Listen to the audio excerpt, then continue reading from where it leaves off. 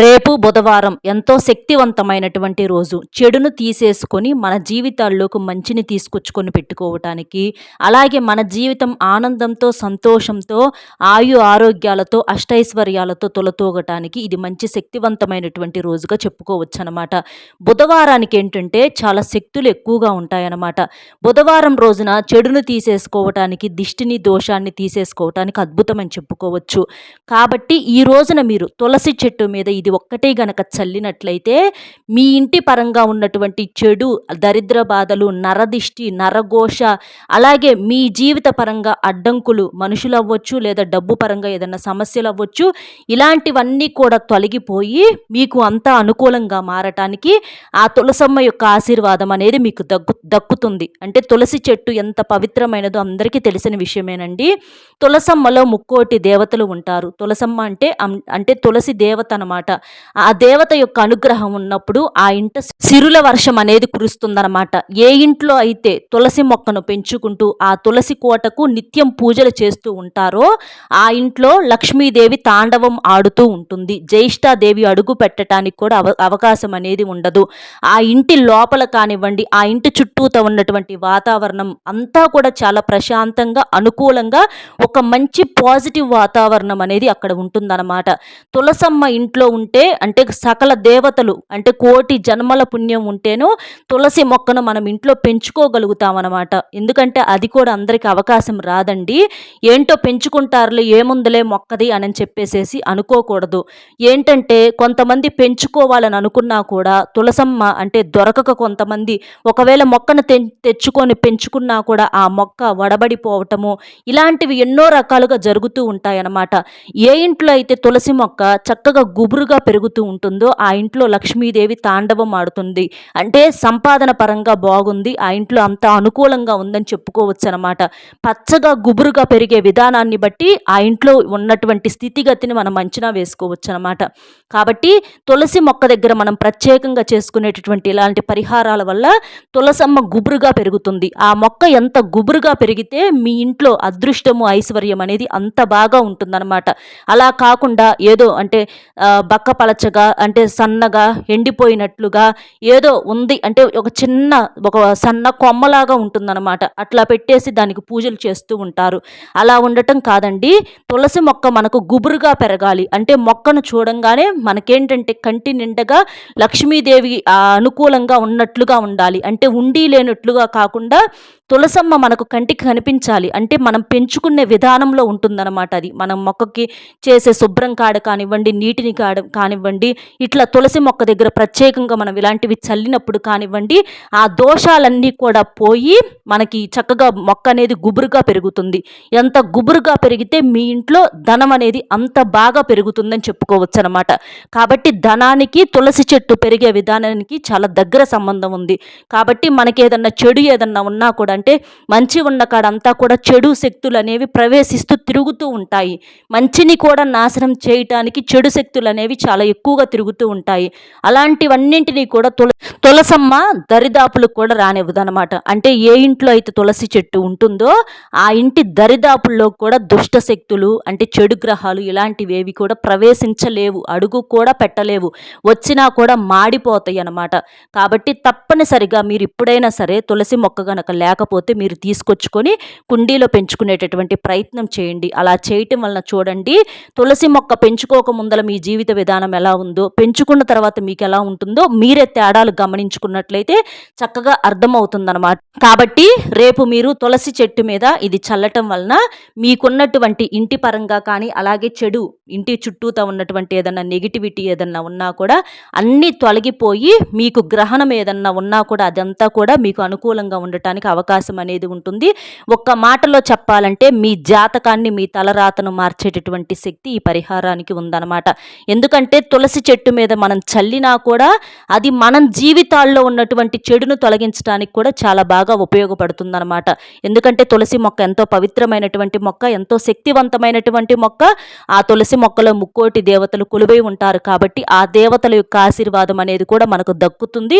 అంతేకాకుండా ఏదైనా చెడు ఉన్నా కూడా శుద్ధి అవుతుంది. కాబట్టి ఇలా చేయండి. మీరేం చేస్తారంటే చక్కగా ఉదయాన్నే లేచి ఇంటిని, వాకిలిని శుభ్రం చేసుకొని, అలాగే మీరు ఇల్లు కూడా తుడుచుకోండి. మనకేంటంటే ఇల్లు తుడిచేటటువంటి నీళ్ళల్లో రాళ్ళ ఉప్పును వేసుకొని తుడుచుకోవటం వలన ఏంటంటే ఏదన్నా చెడు ఉన్నా కూడా మొత్తం కూడా వెళ్ళిపోతుందనమాట. ఆ యొక్క మురికి రూపంలో. కాబట్టి శుభ్రంగా ఇంటిని తుడుచుకొని, అలాగే వాకిలిని కూడా చక్కగా కడుక్కొని, ముగ్గులు వేసుకోండి. కాస్తంత పసుపు, కుంకుమలు కూడా చల్లుకోవటం వల్ల మనకంతా మంచి జరుగుతుంది. అలాగే కాస్తంత గడపకు కూడా పసుపు రాసుకొని, కుంకుమ బొట్లు అలంకరించుకొని, ఇంటి లోపల ఇంటి చుట్టూత పరిసరాల్లో కూడా కాస్తంత పసుపు నీటిని చల్లుకుంటే ఏదన్నా కంటికి కనపడని కారాత్మక శక్తులు ఉన్నా కూడా తొలగిపోతాయన్నమాట. అలాగే ఇంట్లో తప్పనిసరిగా దీపారాధన చేసుకోండి. దీపారాధన చేసుకోవటం వలన ఏంటంటే మన ఇంట్లో ఉన్నటువంటి చెడు అంటే పాజిటివ్ అంతా కూడా నెగిటివిటీ అంతా కూడా వెళ్ళిపోయి మనకు మంచి పాజిటివ్ వాతావరణం అనేది ఉంటుందన్నమాట. ఎందుకంటే ఏ ఇంట్లో అయితే దీపారాధన చెయ్యరో ఆ ఇంట్లో దరిద్ర దేవత తాండవిస్తుందండి. మీరు గమనించినట్లయితే ఎప్పుడూ కూడా గొడవలు, డబ్బు అనేది నిలవకపోవటము, డబ్బు ఖర్చు అయిపోవటము, సంపాదన కన్నా కూడా ఖర్చులు ఎక్కువగా ఉండటం, అప్పుల పాలైపోవటము, కనీసం కొంతమందికి ఉండటానికి కూడా ఇల్లు లేక ఇబ్బంది పడిపోవటము, మామూలుగా అవసరాలు నిత్యావసర అంటే జరిగే వాళ్ళకు బ్రహ్మాండంగా జరుగుతూ ఉంటుంటే చిన్న చిన్న అవసరాలు కూడా తీర్చుకోలేక, పిల్లలకి ఏదన్నా కడుపు నిండా తిండి పెట్టుకోలేక, మనం కూడా సంతోషంగా ఉండలేక చాలా రకాలుగా బాధపడుతూ ఉంటాము. మానసికంగా అస్సలు ప్రశాంతంగా ఉండలేమనమాట.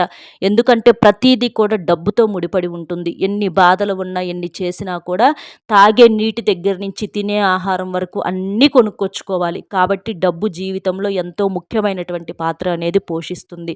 కాబట్టి అలాంటి డబ్బు అనేది మనకి కష్టంతో పాటుగా కలుసుబాటు రావాలి అనంటే తప్పకుండా మీరు తులసి చెట్టు దగ్గర ఈ పరిహారం అనేది చేయాల్సిందే. ఇలా చేయటం వలన మూసుకుపోయినటువంటి ధనద్వారాలు తెరుచుకొని 4 దిక్కుల నుంచి ధనం దూసుకు వస్తుందన్నమాట. అలాగే నలుపు రంగు బట్టలు పొరపాటును కూడా ధరించవద్దు. ఇది కూడా గుర్తుపెట్టుకోండి. ఇక మీరు చక్కగా ఇంట్లో దీపారాధన చేసుకున్న తర్వాత అలాగే మీరేంటంటే తులసి కోట దగ్గర కూడా చక్కగా దీపం వెలిగించుకోండి. మీరు వెలిగేటటువంటి దీపంలో కాస్తంత కుంకుమ పువ్వును వేసుకున్నా కూడా మీకు చాలా మంచి జరుగుతుందనమాట. ఇక మీరు ఈ తులసి చెట్టు దగ్గర చక్కగా శుభ్రం చేసుకోవాలి. అంటే ఆకులు ఏదన్నా అంటే చాలా రకాలుగా మనం చేసినటువంటి పూజలు చేసేటప్పుడు ఏదన్నా సాంబ్రాణి కడ్డీలు ఇలాంటివన్నీ కూడా పడుతూ ఉంటాయి అన్నమాట. అవన్నీ కూడా ఎప్పటికప్పుడు చక్కగా క్లీన్ చేసుకొని ముగ్గు వేసుకుంటూ ఉండాలి. అలాగే అక్కడ కూడా కాస్తంత పసుపు కుంకుమలు కూడా చల్లుకుంటూ ఉండాలి. ఎప్పటికప్పుడు ప్రమిదలు వాటిని కూడా శుభ్రం చేసుకుంటూ ఉండాలన్నమాట. ఇక మీరేం చేస్తారంటే తులసి చెట్టు దగ్గర రేపు మీరు పాలుంటాయి కదండి, పాలను తీసుకోండి. ఒక చిన్న గ్లాసుడు పాలు తీసుకోండి.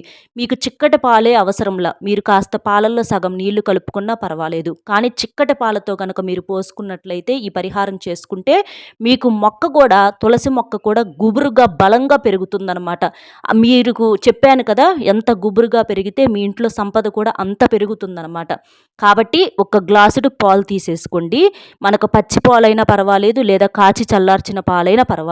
అలా తీసేసుకుని దాంట్లో మీరేం చేస్తారంటే చిటికెడంత గంధం వేయండి. గంధం ఏంటంటే మనకు శుద్ధి అయిన పదార్థము. గంధము దేవతలకు నివేదన చేయబడేటువంటి పదార్థం అనమాట. పసుపు కన్నా కూడా గంధం ఏంటంటే చాలా చాలా శక్తివంతమైనది. కాబట్టి చిటికెడంత గంధం వేసేసేయండి. తర్వాత మనకు అల్లం ముక్కలు ఉంటాయి కదండి, అల్లం ముక్కలు ఒక చిన్నవి 4-5 ముక్కలు కట్ చేసుకొని చిన్న చిన్న పీసెస్ లాగా కట్ చేసుకొని వాటిని కూడా అందులో వేసేసేయండి. దీనితో పాటుగా మనకి కర్పూరం పొడి, పచ్చ కర్పూరం పొడి అయినా పర్వాలా, లేదా మామూలు కర్పూరం బిళ్ళనైనా సరే చిదిమేసేసి ఆ పొడిని కూడా ఆ పాలల్లో కలిపేసేసేయండి. ఇక్కడ ముందు మనం వీడియోలో కూడా చూపిస్తామండి. అట్లా అంతే ఈ 3 పదార్థాలను పాలల్లో కలిపేసేసి మీరు తులసి మొక్క మీద చల్లాలి. దానితో పాటుగా మీరేంటంటే మిగిలినవి తులసి మొక్క మొదట్లో వ్రేళ్లు తడిచేటట్లుగా ఆ పాలను అందులో పోసేసేయండి. మీకు ఇంకా పెద్ద గ్లాసుడు పాలైనా ఇంకా మంచిదనమాట. ఇలా చేయటం వలన ఏంటంటే పాలు లక్ష్మీదేవి రూపము, ఎంతో శుద్ధి అయినవి పాలు. ఈ గంధం కూడా చాలా శక్తివంతమైనది. అల్లం ఏంటంటే మన యొక్క కష్టాలను తీసేయటానికి, జాతక దోషాలను తొలగించడానికి చాలా బాగా ఉపయోగపడుతుంది. కర్పూరం ఏంటంటే నివేదన చేయబడినటువంటి పదార్థం అనమాట. కాబట్టి ఇవన్నీ కలిపి మీరు తులసి మొక్క మొదట్లో పోసినట్లయితే తులసి చెట్టు మీద ఆకుల మీద చల్లి కాస్త లైట్గా అలా చిలకరించేసి మిగిలినవన్నీ కూడా వ్రేళ్లు తడిచేటట్లుగా పోయండి. ఇలా చేయటం వలన మీకు మొక్క అనేది చక్కగా గుబురుగా పెరుగుతుంది. అలా పెరగటం వలన మీ ఇంట్లో సంపాదన కూడా బాగా పెరుగుతుందన్నమాట. ఇక సంపద గురించి దిగులు అనేది ఉండదు. బాగా కలిసి వస్తుందన్నమాట. 4 దిక్కుల నుంచి కూడా ధనం దూసుకు వస్తుంది. ఈ పరిహారం అనేది చాలా చాలా శక్తివంతంగా ఉపయోగపడుతుందండి. కాబట్టి తప్పనిసరిగా మీరు ఈ పరిహారం చేసుకోండి. ఇది మీరు సాయంత్రం సంధ్యా సమయంలోనైనా చేసుకోవచ్చు, ఉదయం అయినా చేసుకోవచ్చు.